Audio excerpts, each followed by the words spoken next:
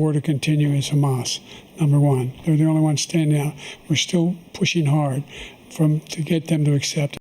In the meantime, what's happened? In Israel, we're finding that the only thing I've denied Israel was 2,000-pound bombs. They don't work very well in populated areas. They kill a lot of innocent people. We're providing Israel with all the weapons they need and when they need them. And by the way, I'm the guy that organized the world against Iran when they had a full-blown intercontinental ballistic missile attack on Israel. No one was hurt. No one Israeli was accidentally killed, and it just stopped. We saved Israel. We are the biggest producer of support for Israel of anyone in the world. And so they're two different things. Hamas cannot be allowed to be continued. We continue to send our experts and our intelligence people as to how they can get Hamas like we did bin Laden. You don't have to do it. And by the way, they've been greatly weakened, Hamas, greatly weakened, and they should be. They should be eliminated. But you've got to be careful for using certain weapons among population centers. Just going back to Ukraine for 1 second. We have an ocean separating us. The European nations together have spent $100 billion, or maybe more than that, less than us. Why doesn't he call them and say, you got to put up your money like I did with NATO? I got them to put up hundreds of billions of dollars. The Secretary General of NATO said Trump did the most incredible job I've ever seen. They wouldn't have any. They were going out of business. We were spending almost 100% of the money was paid by us. He didn't do that. He's getting you got to ask these people to put up the money. We're over $100 billion more spent, and it has a bigger impact on them because of location, because we have an ocean in between. You got to ask them. As far as Israel and Hamas, Israel's the one that wants to go. He said the only one who wants to keep going is Hamas. Actually, Israel is the one, and you should let him go and let him finish the job. He doesn't want to do it. He's become like a Palestinian, but they don't like him because he's a very bad Palestinian. He's a weak one. President Biden, you have a minute. I've never heard so much foolishness. This is a guy who wants to get out of NATO. Are you going to stay in NATO? He's going to pull out of NATO. The idea that our strength lies in our alliances as well. It may be a big ocean, but are we ever able to avoid a war in Europe, a major war in Europe? What happens if, in fact, you have Putin continue to go into NATO? We have an Article 5 agreement. Attack on one is attack on all. You want to start the nuclear war he keeps talking about, go ahead. Let Putin go in and control Ukraine and then move on to Poland and other places. You see what happens then. He has no idea what the hell he's talking about. And by the way, I got 50 other nations around the world to support Ukraine, including Japan and South Korea, because they understand that this kind of dislocation has a serious threat to the whole world peace. No major war in Europe has ever been able to be contained just to Europe.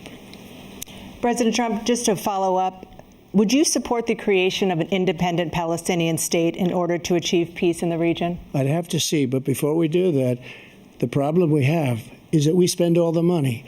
So they kill us on trade. I made great trade deals with the European nations because if you add them up, they're about the same size economically. Their economy is about the same size as the United States. And they were no cars, they don't want anything that we have. But we're supposed to take their cars, their food, their everything, their agriculture. I changed that. But the big thing I changed is they don't want to pay. And the only reason that he can play games with NATO is because I got them to put up hundreds of billions of dollars. I said, and he's right about this, I said, no, I'm not going to support NATO if you don't pay. They asked me that question, would you guard us against Russia at a very secret meeting of the 28 states at that time, nations at that time? And I said, no, if you don't pay, I won't do that. And you know what happened? Billions and billions of dollars came flowing in the next day and the next months. But now we're in the same position. We're paying everybody's bills. Let's turn to the issue of democracy. Former President Trump, I want to ask you about January 6, 2021. After you rallied your supporters that day, some of them stormed the Capitol to stop the constitutionally mandated counting of electoral votes. As president, you swore an oath to, quote, preserve, protect, and defend, unquote, the Constitution. What do you say to voters who believe that you violated that oath through your actions and inaction on January 6th and worry that you'll do it again? Well, I don't think too many believe that. And let me tell you about January 6th. On January 6th, we had a great border. Nobody coming through, very few. On January 6th, we were energy independent. On January 6th, we had the lowest taxes ever. We had the lowest regulations ever. On January 6th, we were respected all over the world. All over the world, we were respected. And then he comes in, and we're now laughed at. We're like a bunch of stupid people. What happened to the United States' reputation under this man's leadership is horrible, including weaponization, which I'm sure at some point you'll be talking about, where he goes after his political opponent because he can't beat him fair and square.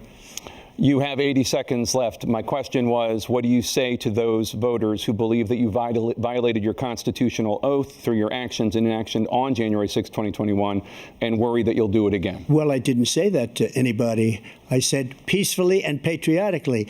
And Nancy Pelosi, if you just watched the news from 2 days ago, on tape to her daughter, who's a documentary filmmaker, they say, but she's saying, oh, no, it's my responsibility. I was responsible for this because I offered her 10,000 soldiers or National Guard, and she turned them down. And the mayor in writing, by the way, the mayor in writing turned it down, the mayor of D.C. They turned it down. I offered 10,000 because I could see I had virtually nothing to do. They asked me to go make a speech. I could see what was happening. Everybody was saying they're going to be there on January 6th. They're going to be there. And I said, you know what? There's a lot of people coming. You could feel it. You could feel it, too, and you could feel it. And I said, they ought to have some National Guard or whatever.